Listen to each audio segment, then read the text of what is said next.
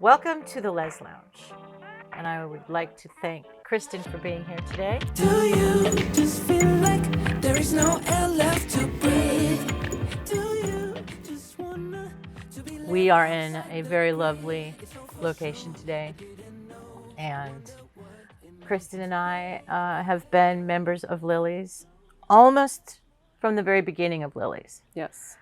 And do you remember what year it was when you first joined us?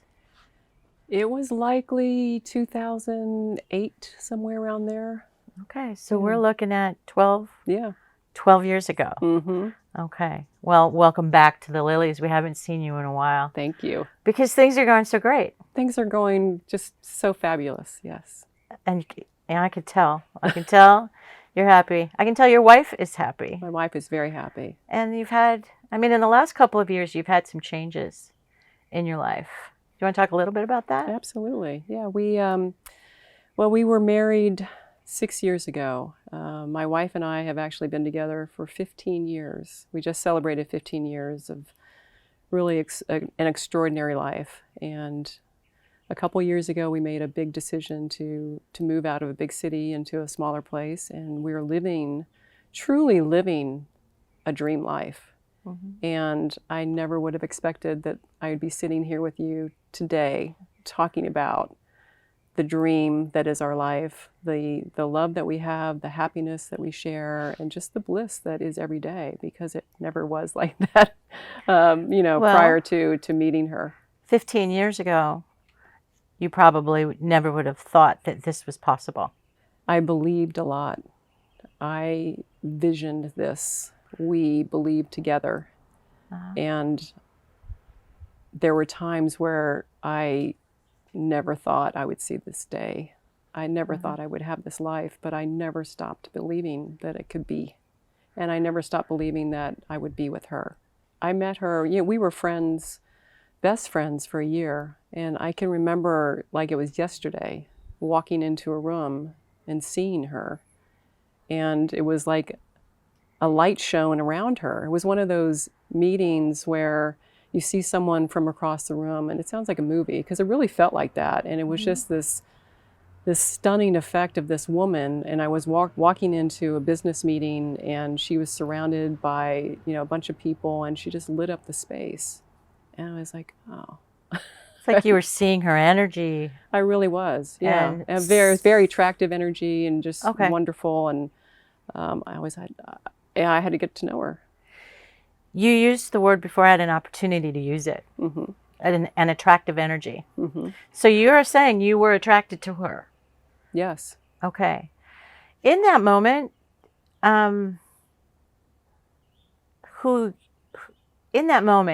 you were at that time, in that moment, what would that woman have said to describe that attraction? Does that make any sense? That woman was curious, had been very repressed, but always kind of thinking about things. Mm-hmm. And that woman, I think, was seeking something. Okay. And having walked into that room, seeing my wife, then my coworker, it was something that I felt very compelled to go and search out. You said that you were repressed. Mm-hmm.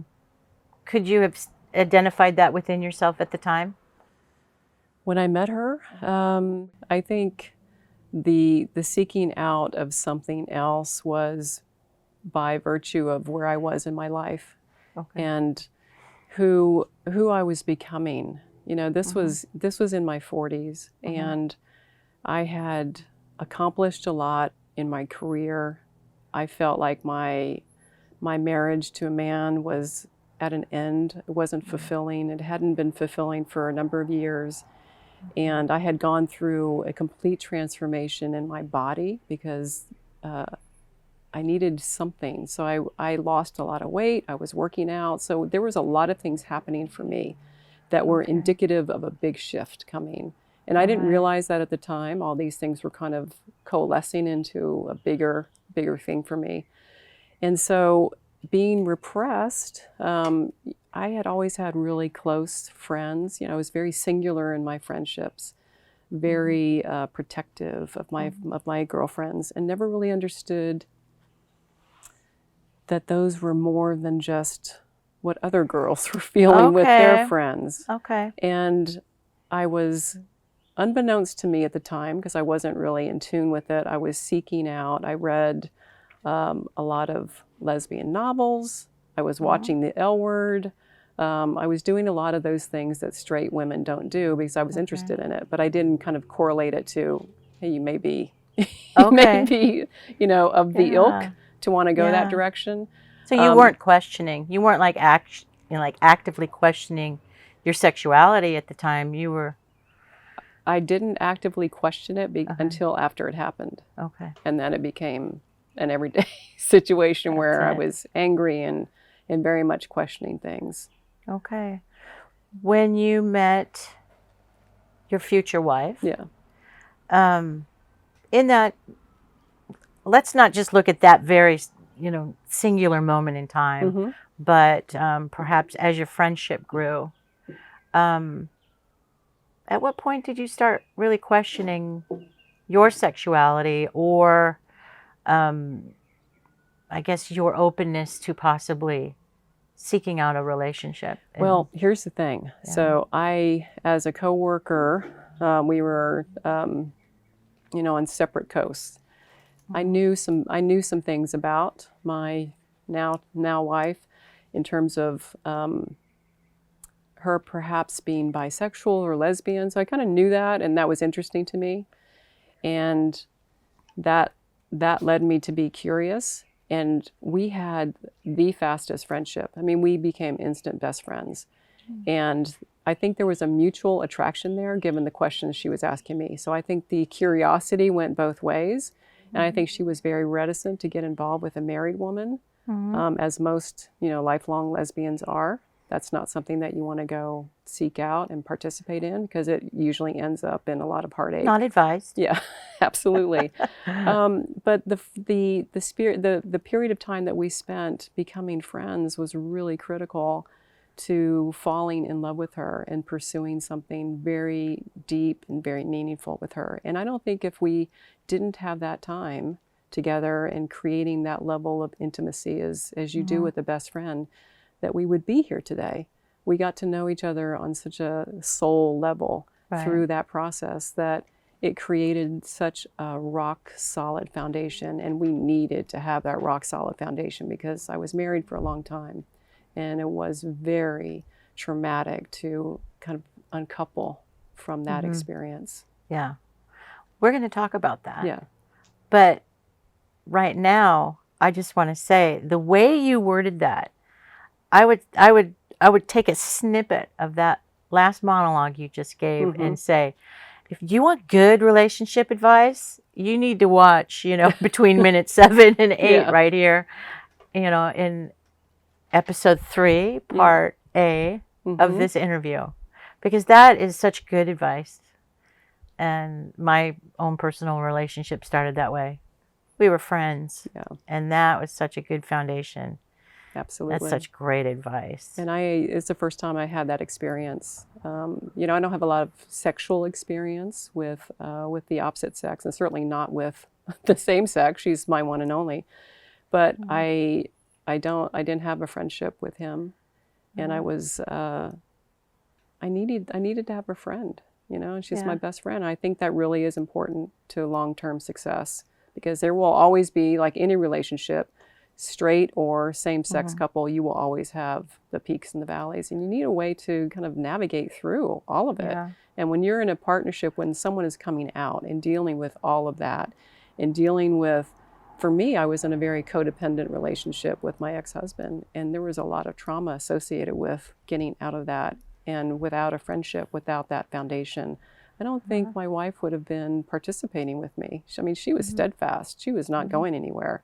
You know, it was me that was always doing the push-pull. And so I credit that foundation for where we are today. And that's because you had a friendship going. Yes. This is, you know, one of the things I love about hosting these things. I've known you for a long time. Yeah. You know, we don't hang out every day and have coffee, Mm-hmm. so there's still a lot of room for me to learn things about you. Right. I think there was a part of your story I always understood it to be, you guys, it was love at first sight, and you were together, and you were still married, but no, I mean, it was a much more gradual growth of your friendship. Mm-hmm. Were you already trying to navigate out of your marriage? I was not, Okay. but I was prepared to sleep with a woman. I was prepared to sleep with her. Okay. So there must have been something that was showing me the door, because you're not in a happy relationship if you're looking for That's true. outside interests. That's I don't true. care who you are. That's true. You're just not doing that. This is a debate that has gone on within the Lilies community Mm-hmm. quite often and for a long time. Would you have considered sleeping with a woman at the time as having an affair? Or was it not an affair because it's like comparing apples and oranges? Well, you know, that's a very interesting question. That's a very deep question. And I thought of it both ways. And I think I did because I didn't want to have an affair. And I rationalized a lot. But ultimately, my answer is it's having an affair. It surely is having an affair. All right. I was in a marriage to a man, and had he been sleeping with a man, it would have been an affair. It wouldn't have just been, you know, apples to oranges. So when the heart is involved, when there are emotions involved, Yeah. and my heart had left, you know, it was gone from my first marriage. It was out of there before I left the house. There was no way I could have demoted what we were doing to casualness.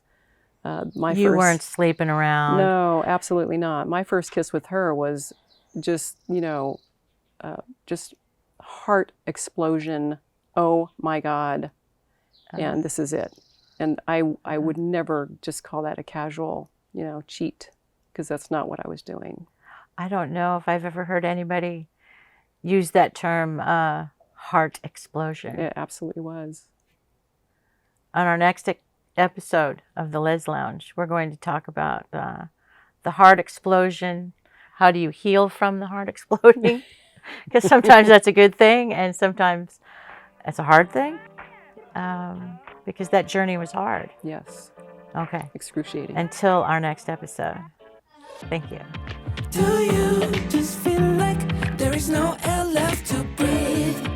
Do you just wanna to be left outside the grid? It's all for sure, you didn't know.